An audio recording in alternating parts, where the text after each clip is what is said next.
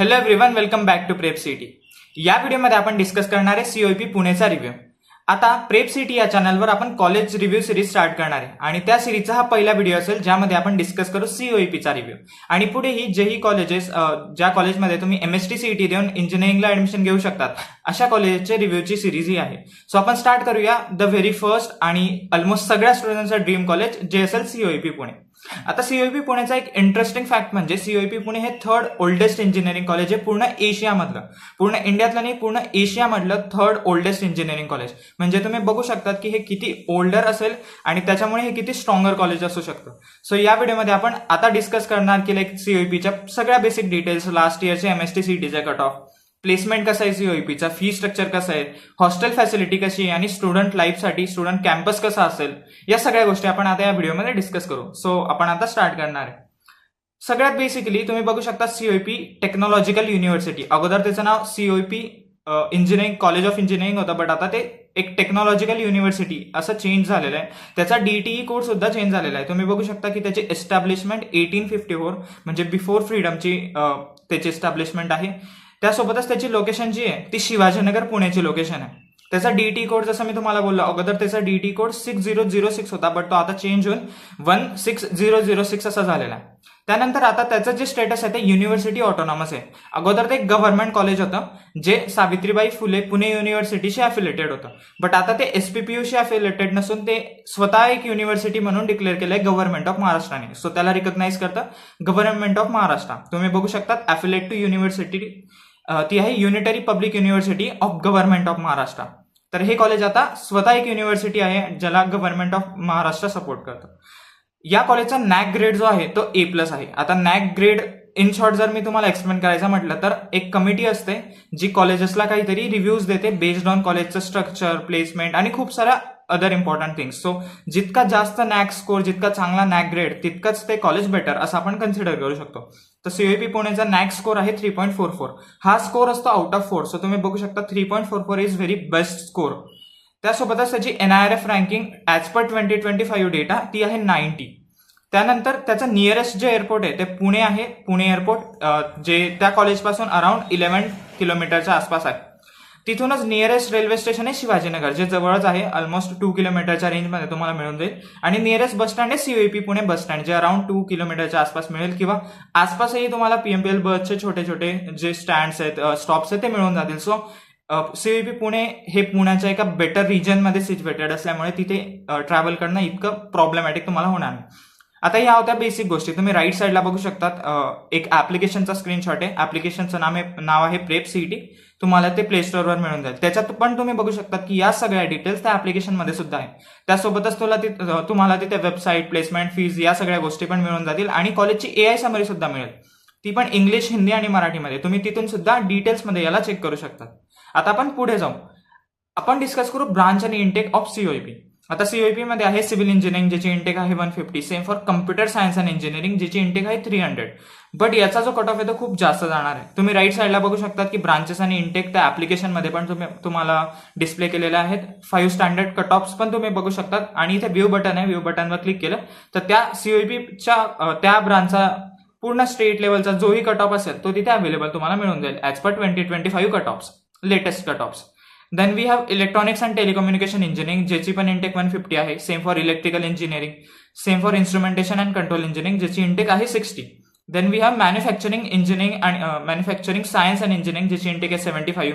Mechanical engineering आहे, metallurgy and materials technology आहे, artificial intelligence आणि मशीन लर्निंग सुद्धा आहे. आता आपण लास्ट इयरच्या कट ऑफ्स डिस्कस करणार आहे. आता सीओईपी जर आपण कन्सिडर केलं तर सीओईपी हे मोस्ट रिनोन कॉलेज आहे. ऑलमोस्ट प्रत्येक एमएसटी सीईटी देणाऱ्या ऍस्पिरंटचं ड्रीम कॉलेज असतं सीओईपी. त्यामुळे ऑलमोस्ट सीओईपीचं प्लेसमेंट ही खूप चांगलं आहे. सगळ्या गोष्टी चांगल्या असल्या कारणाने सीओईपीचे कट ऑफ खूपच जास्त आहेत. ऑलमोस्ट बाकी सगळ्या कॉलेजच्या कम्पॅरेटिव्हली सीओईपीचे कट ऑफ जास्त आहेत. आपण तेच कट ऑफ आता इथे डिस्कस करू. आता तुम्ही बघू शकतात ओपनसाठी जो बॉक्स आहे त्यामध्ये तुम्हाला जे लेफ्ट साईडला दिसेल हे 4466 ही असेल तुमची रँक, क्लोजिंग रँक. आणि ब्रॅकेटमध्ये जे असेल ते असतील तुमचे पर्सेंटाइल्स. सो तुम्ही बघू शकता सिव्हिल इंजिनिअरिंगसाठी ओपनच्या स्टुडंटला अराउंड 4466 रँक लागते आणि 98.47 पर्सेंटाइल लागतात. सेम ओबीसीसाठी थोडी जास्त रँक लागते, त्याच्यामुळे पर्सेंटाइल थोडे कमी लागतात. त्यासोबतच SCBC आहे, EWS आहे. TFWS ला तर कमी रँक लागते, त्याच्यामुळे तुमचे हायर पर्सेंटाईल लागतात. जितकी कमी रँक तितके जास्त तुम्हाला पर्सेंटाईल त्या ठिकाणी लागतात, कारण की 100 पर्सेंटाईल म्हणजे अराउंड 1 to 9 च्या आसपास तुमचे रँक येते. सो तुमचे जितके जास्त पर्सेंटाईल असतात तितकी कमी तुमचे रँक असते, आणि जितकी कमी रँक त्या कॉलेजला लागते तितकं त्या कॉलेजमध्ये ऍडमिशन घेणं थोडं हार्ड असतं. आता तुम्ही बघू शकता कम्प्युटर सायन्सचे कट ऑफ, हे जे 96 तुम्हाला दिसतं हे पर्सेंटाईल नाही आहेत, ही आहे रँक. जर तुम्ही ओपनचे स्टुडंट असाल, तुम्हाला COEPच्या कम्प्युटर सायन्सला ऍडमिशन घ्यायची असेल तर तुम्हाला 96 क्लोजिंग रँक लागते, आणि 99.97 तुम्ही बघू शकता, almost it is near about 100. 99.97 percentile तुम्हाला स्कोर करायला लागतं. OBC साठी थोडा कमी कट ऑफ लागतो, 99.88. SCBC साठी अजून थोडा कमी लागतो, आणि TFWS साठी तुम्हाला 52 ही रँक लागते. ऑलमोस्ट 99.98 इतका जास्त कट ऑफ COEP साठी कम्प्युटर सायन्स या ब्रांचसाठी तुम्हाला लागत असतो. सेम फॉर रोबोटिक्सचा कट ऑफ तुम्ही इथे बघू शकता, इलेक्ट्रिकलचा कट ऑफ आहे. Most of the student prefer करतात की जे कॉलेजला प्रेफरन्स देतात ते ट्राय करतात की मला COEP मध्ये मेटॅलर्जी ही ब्रांच मिळून जायला पाहिजे, कारण मेटॅलर्जीचा कट ऑफ तुम्ही बघू शकता कम्पॅरेटिव्हली सगळ्यात कमी कट ऑफ मेटॅलर्जी ब्रांचला COEP मध्ये लागतो, की जो ओपनसाठी असतो 6313 क्लोजिंग रँक लागते तुम्हाला, आणि 97.88च्या आसपास पर्सेंटाईल मिळतात. सो जे स्टुडंट ज्यांना COEPला जायचंच असतं, अराउंड 97-98 पर्सेंटाईल असतात, computer science, civil, electrical, mechanical branches जरी पॉसिबल नसल्या तरी मेटॅलर्जी ब्रांच तिथे तितक्या स्कोरवर अवेलेबल होते. सो हे आहेत 2025च्या लास्ट इयरचे कट ऑफ. हेच कट ऑफ तुम्हाला त्या ऍप्लिकेशनमध्ये सुद्धा बघायला मिळून जातील. देन आता आपण डिस्कस करू सगळ्यात इम्पॉर्टंट पॉईंट, जो असेल प्लेसमेंट. आता एका कॉलेजमध्ये ऍडमिशन घेण्यासाठी मुलांना एक वेळेस हे चालेल की कॉलेजचं कॅम्पस छोटं असेल किंवा कॉलेजची फी थोडी जास्त असेल तर चालेल, बट प्लेसमेंट सोबत कोणीच कॉम्प्रोमाइज नाही करत. प्लेसमेंट त्या कॉलेजचं बेस्ट असलंच पाहिजे, आणि COEP हे कॉलेज जे असं आहे जे पूर्ण लाईक MSc CETच्या एक्झाम नंतर जेही कॉलेजेस याच्यामध्ये पार्टिसिपेट करतात ऍडमिशन्समध्ये, त्यामध्ये COEP हे एक असं कॉलेज आहे ज्याचं प्लेसमेंट सगळ्यात बेस्ट आपण कन्सिडर करू शकतो. आणि हे जे कॉलेजचं प्लेसमेंट बेस्ट कशावरून आहे, कारण आपण याचा डेटा त्यांच्या वेबसाईटवर बघू शकतो. तुम्ही बघू शकता प्लेसमेंट रिपोर्ट जी आहे ती लास्ट 3 इयरची ते प्रोव्हाइड केलेली आहे. कम्प्युटरसाठी 159 स्टुडंट्स एनरोल झाले होते, जे अंडर ग्रॅज्युएट 146 होते त्यापैकी, आणि ऑलमोस्ट 91.82% स्टुडंट्स प्लेस झालेले आहेत. आणि पोस्ट ग्रॅज्युएशनचा पण डेटा आपल्याला तिथे प्रोव्हाइड केला आहे. Same for ENTC, mechanical, around total 630 student enrol झाले होते. 528 त्याच्यापैकी अंडर ग्रॅज्युएटचे स्टुडंट होते, लाईक जे इंजिनिअरिंगचे स्टुडंट असतील, आणि ते अराउंड 83.81, जो की खूप चांगला नंबर आहे सध्याची मार्केट कंडिशन बघता प्लेसमेंटची. सो आणि तुम्ही इथे बघू शकता ॲज पर 28 ऑगस्ट 2025च्या डेटानुसार total number of company visited 245 is big number. आणि त्यासोबत पण असं नाही की कुठल्याही कंपनी येतात, COEP म्हटलं की थोडं चांगल्या लेवलच्या कंपनी तिथे येत आहे. तुम्ही इथे बघू शकता BTech placement scenario for last 3 years, total number of student enrol, आणि हा सगळा डेटा तुम्हाला इथे दिसेल. हायेस्ट सॅलरी पण तुम्ही बघू शकता 2023ची 50 लाख आहे, 24ची 87 लाख आहे, देन परत 25ची 52 आहे. ॲव्हरेज सॅलरी, आता हायस्ट सॅलरी तर ठीक आहे, बट ॲव्हरेज सॅलरी सुद्धा तुम्ही कन्सिडर केली पाहिजे, कारण हायस्ट सॅलरी म्हणजे कुठल्या 1 किंवा 2 स्टुडंटला ते म्हणजे ते प्लेसमेंट लागतं, बट ॲव्हरेज सॅलरी म्हणजे ऑलमोस्ट सगळ्या स्टुडंटची जे ॲव्हरेज आहे. सो आपण ॲव्हरेज सॅलरीवर फोकस केला पाहिजे. ती पण तुम्ही बघू शकतात की 23ची आहे 11, परत 24ची 11, आणि 25ची सुद्धा 11. So 11 LPA average package is best in Maharashtra for engineering, आणि ते आपल्याला प्रोव्हाइड करते COEP कॉलेज. तर नंबर ऑफ कंपनीज व्हिजिटेड सुद्धा इथे आहे. आणि जर तुम्हाला हाच प्लेसमेंटचा डेटा ऍप्लिकेशनमध्ये बघायचा असेल तर तुम्ही इथे जाऊन कॉलेजच्या व्ह्यू बटनवर क्लिक करू शकता, आणि तिकडून तुम्ही प्लेसमेंट वेबसाईटवर डायरेक्ट रिडायरेक्ट होऊन जाणार. सो तुम्ही त्या ॲपमध्ये सुद्धा ते चेक करू शकता. आता आपण डिस्कस करणारे खूप इम्पॉर्टंट पॉईंट जो असेल फी स्ट्रक्चर. आता तुम्ही इथे बघू शकता की फी स्ट्रक्चरचं एक PDF असतं जे प्रोव्हाइड केलं जातं कॉलेजच्या ऑफिशियल वेबसाईटवर. आता तेच PDFचा स्क्रीनशॉट मी इथे अटॅच केला. इनकेस जर तुम्हाला ते PDF समजण्यासाठी अवघड जात आहे, तुम्ही PrepCET ॲप ओपन करू शकता. त्याच्यामध्ये इथे एक सेक्शन आहे कॉलेजेसमध्ये फी स्ट्रक्चर नावाचा, आणि इथे सेक्शन आहे कॅटेगरीचा. जर तुम्ही ओपन कॅटेगरी सिलेक्ट केली ते तुम्हाला खूप इझिली सांगेल की किती ट्युशन फीज लागेल, किती डेव्हलपमेंट फीज लागेल, अदर फी किती लागेल, आणि इथे तुम्ही बघू शकता टोटल फी किती लागेल. सो ॲज पर COEPच्या ऑफिशियल वेबसाईटच्या प्लेसमेंटच्या PDF नुसार ओपनसाठी त्या कॉलेजला ऍडमिशनला फी लागेल आपल्याला 1,56,000. तेच तुम्ही इथे सुद्धा बघू शकतात. ओपनसाठी तुम्हाला फी लागणार आहे 1,56,000. तीच SC/ST साठी फक्त 9,700 लागणार आहे, कारण SC/ST साठी जी ट्युशन फी आहे ती ऑलमोस्ट घेतली जात नाही स्टुडंट करून. पण तिथे बघू शकता तुम्ही ईडब्ल्यूएचचा डेटा आहे. TWHला 79,000 अशी फी लागते, जम्मू काश्मीरच्या स्टुडंटसाठी आहे. सो ऑलमोस्ट सगळ्या फी स्ट्रक्चरचा डेटा तुम्हाला इथे मिळून जाईल. ते तुम्ही आयदर मी ट्राय करेल की तुम्हाला हे PDF जे या PPTचं ते व्हिडिओच्या डिस्क्रिप्शनमध्ये प्रोव्हाइड करायचं. देन आता आपण डिस्कस करू हॉस्टेल फॅसिलिटीबद्दल. आता जर तुम्ही CUEPला ऍडमिशन घेणारच आहात तर तुम्हाला तिथे हॉस्टेलचं पण फॅसिलिटी अवेलेबल आहे. काही कॉलेजेस असतात जिथे हॉस्टेल फॅसिलिटी अवेलेबल नसते, बट COEP मध्ये आहे.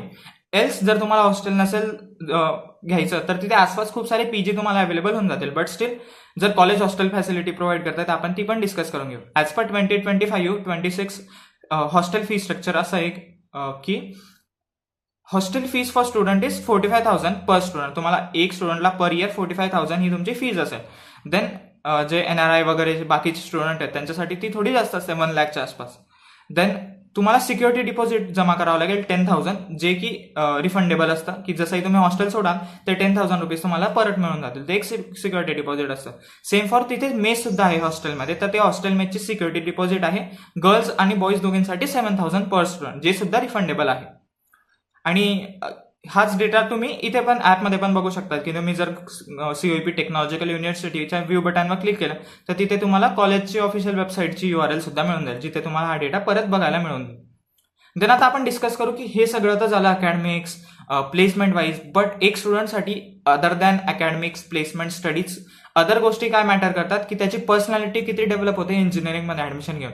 पर्सनॅलिटी डेव्हलपमेंटसाठी सगळ्यात इम्पॉर्टंट गोष्ट आहे कॉलेज क्लब्स. तुम्ही किती कॉलेज क्लब्सचे मेंबर आहात, तुम्ही तिथे किती पर्सनॅलिटी डेव्हलप करताय, काय शिकताय, या सगळ्या गोष्टी. सो COEP तुम्ही बघू शकता की CSAT COEP टेक एक क्लब आहे, IRAS एक क्लब आहे, अभिजात न्यूजलेटर आहे, अभियंता आहे, Abhiyanta in sense engineers. Then arts and craft आहे, ॲस्ट्रॉनॉमी क्लब आहे, बोट क्लब आहे. मी COEPला व्हिजिट केलंय. सो COEPच्या बॅक साईडला एक रिव्हर लाईक काहीतरी आहे आणि तिथे ऑलमोस्ट खूप साऱ्या बोट्स आहेत जे COEPच्या स्टुडंट्सनी बनवल्या आहेत. आणि तिथेच त्यांच्या बोट क्लबच्या क्विज क्लब कॉम्पिटिशन सुद्धा होतात. खूप साऱ्या गोष्टी तिथे ते कंडक्ट करतात. Then we have COEP tech E-cell आहे, COEP सर्व्हिसेस ॲस्परंट्स क्लब आहे, COEP ACM क्लब आहे, कन्सल्टिंग क्लब आहे, ऑक्टेन रेसिंग, स्टार्टअप फेज सुद्धा आहे. मी COEPला स्टार्टअप फेजसाठी सुद्धा व्हिजिट केलेलं आहे. सो COEP एक अशी जागा आहे जिथे तुम्हाला खूप साऱ्या पर्सनॅलिटी डेव्हलपमेंटच्या गोष्टी मिळून जाते.